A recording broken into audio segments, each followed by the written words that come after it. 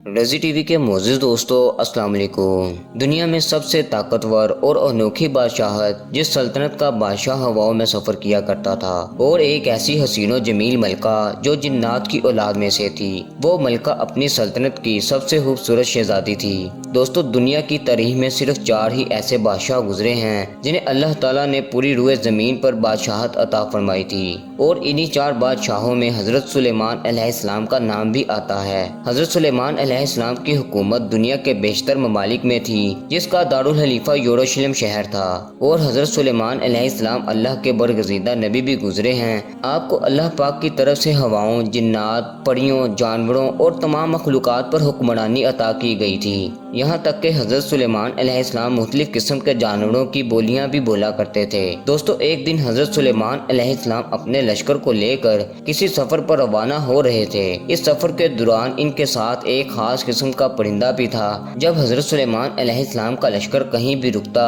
तो ये परिंदा हज़रत सुलेमान अलैहिस्सलाम के लिए ज़मीन के अंदर से पानी तलाश करता, ताकि हज़रत सुलेमान अलैहिस्सलाम इस पानी से वज़ू फरमा सकें और इस पानी से बाकी तमाम ज़रूरियात को भी पूरा किया जा सके। इस परिंदे का नाम हुदहुद था। एक दिन हज़रत सुलेमान अलैहिस्सलाम ने अपने लश्कर के हमरा एक मुकाम पर क़याम किया और उन्होंने अपने परिंदे हुदहुद को तलब किया, लेकिन हुदहुद वहाँ मौजूद नहीं था। जब वो वहाँ नजर ना आया तो आपने फरमाया, अगर वो अपनी गैर हाजिरी की कोई खास वजह ना पेश कर सका तो आज इसको ज़बह कर दिया जाएगा। अभी कुछ देर ही गुजरी थी। इसी दौरान हुदहुद हज़रत सुलेमान अलैहिस्सलाम के सामने पेश हुआ। जब इसने हज़रत सुलेमान अलैहिस्सलाम के जलाल को देखा तो इनसे माजरत करने लगा। हज़रत सुलेमान अलैहिस्सलाम ने हुदहुद से पूछा कि तुम कहाँ गए थे? तो हुदहुद ने हज़रत सुलेमान अलैहिस्सलाम की बारगाह में अर्ज़ की, ए अल्लाह के नबी, आज मैं उड़ते उड़ते एक अजीबोगरीब मुल्क में जा पहुँचा, जहाँ पर एक हसीनो जमील शहजादी रहती है जिसका नाम बिल्कीस है। वहाँ के लोग आग और सूरज की पूजा करते हैं और शिर्क में मुब्तला होकर एक अल्लाह को भूल चुके हैं। और इस शहजादी का एक तख्त भी है। इस तख्त पर खूबसूरत हीरे, मोती और जवाहरात जड़े हुए हैं और इसके पास तमाम शाही सामान भी मौजूद हैं। तो हज़रत सुलेमान अलैहिस्सलाम ने कहा, अगर तुम्हारी बात सच है तो मेरा ये खत इस मलका तक पहुँचाओ ताकि वो शिर्क से बाज आ जाए। तो हज़रत सुलेमान अलैहिस्सलाम ने इस खत को तहरीर करके हुदहुद के हवाले कर दिया और कहा कि खत पहुँचाने के बाद वहाँ बैठकर सुनो कि वो इस खत पर क्या कहती है और फिर आकर मुझे खबर देना। चनाचे हुक्म पाते ही हुदहुद ये खत लेकर मलका बिल्कीस के महल में जा पहुँचा और इसने वो खत मलका बिल्कीस की गोद में फेंक दिया। ये खत मलका बिल्कीस और इसकी कौम की तरफ इस्लाम की दावत का खत था। मलका के दरबार में इस वक्त 300 के करीब सरदार बैठे थे।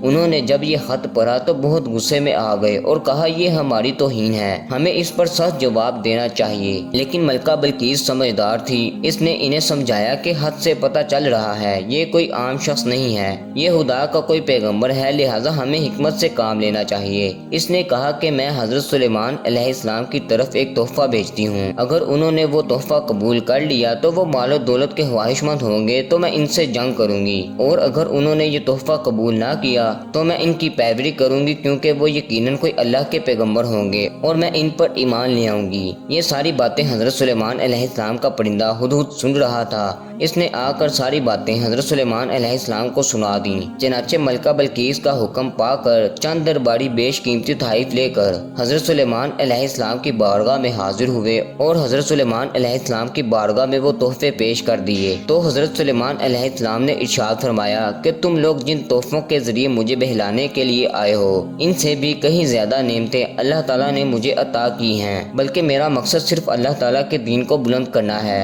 और मेरी ये तमन्ना है कि तमाम मुसलमान अल्लाह ताला के अहकामात की पैरवी करें और अल्लाह ताला की वहदानियत को कबूल करके अल्लाह की इबादत करें। इस तरह हज़रत सुलेमान अलैहिस्सलाम ने इन दरबारियों से कहा कि मलका बिल्कीस से जाकर कहें कि अल्लाह ताला के दीन पर ईमान ले आएं और मेरे दरबार में हाजिर हो जाएं। अगर उन लोगों ने ऐसा ना किया तो मैं ज़रूर इन लोगों के साथ जंग करूँगा। वो दरबारी वापस लौट गए और मलका बिल्कीस से जाकर हज़रत सुलेमान अलैहिस्सलाम की शान व शौकत के बारे में बताया।